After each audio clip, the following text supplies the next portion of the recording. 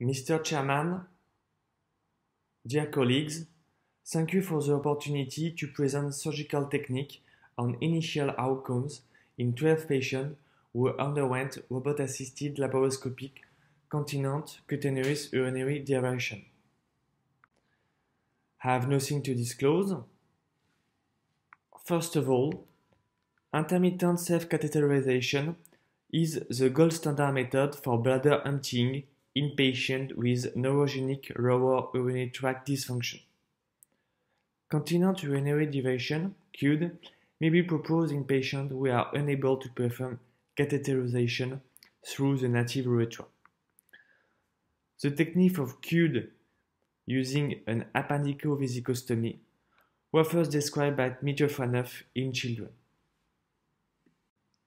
In the 2000s, some centers started to perform it through a laparoscopic approach, then later through a robotic-assisted laparoscopic approach, in order to minimize the harm of the open surgery, the length of the orbital stay, without jeopardizing the stomal continence.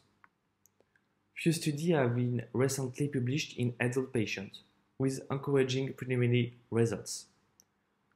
That's why we decided from 2017 to perform all the CUD by robotic-assisted laparoscopic surgery.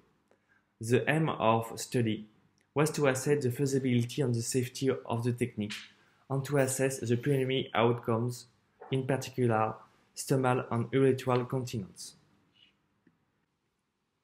We conducted a monocentric study which included all consecutive patients who underwent WAL CUD from 2017 to 2020.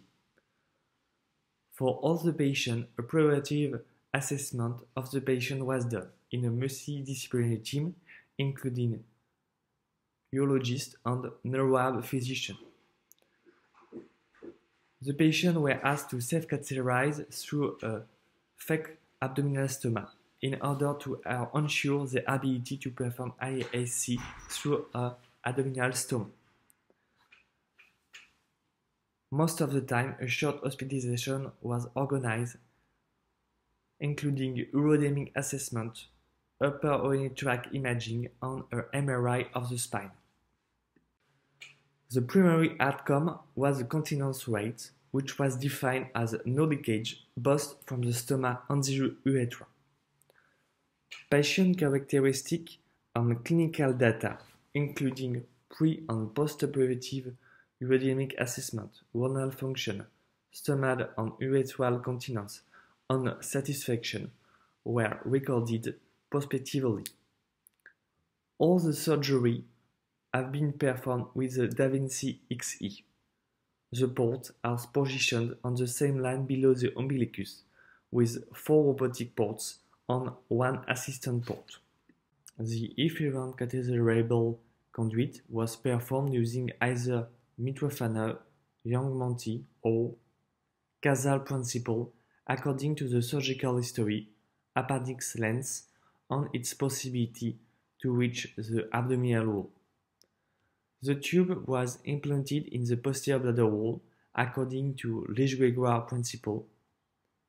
In case of concomitant supratrigonal cystectomy with bladder augmentation, a posterior lateral bladder wall flap of 3 cm width was preserved to implant the tube, according to Politano-Leadbetter principle.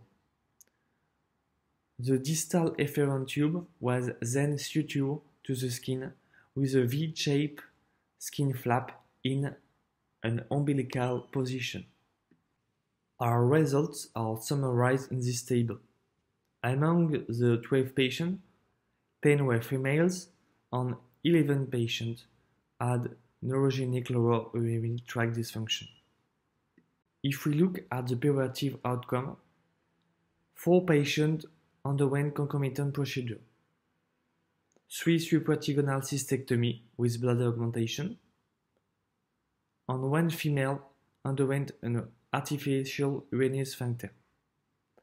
Regarding the technique used for the efferent tube, 1/3 had a Mitrofanoff using the appendix, 1/3 a mondi-ileal conduit and 1/3 a casal-ileal conduit. No correlations to open surgery was observed. The mean operative time was 378 minutes, with a decreasing time for the last 6 interventions. For the patient who underwent concomitant bladder augmentation, operating time was higher, around 556 minutes. The mean hospitalization duration was of 10 days. Concerning the functional results and complications, the mean follow-up was of 21 months. 2 complications were observed, requiring 2 reoperations. At the end, the continence rate was of 100%, and all the patients used their CUD to catheterize. In our series, the continence rate was excellent with a low complication rate.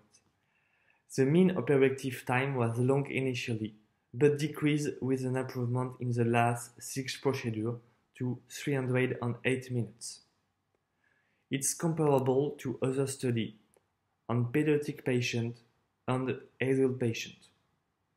One of the limits of our study is the short follow-up with a mean follow-up of 21 months. According to our study, it seems that RAL-CUD could provide very high rate of stomach and urethral continence with a low rate of complication. However, follow-up is warranted to assess long-term tube-related complication and continence. Thank you for your attention.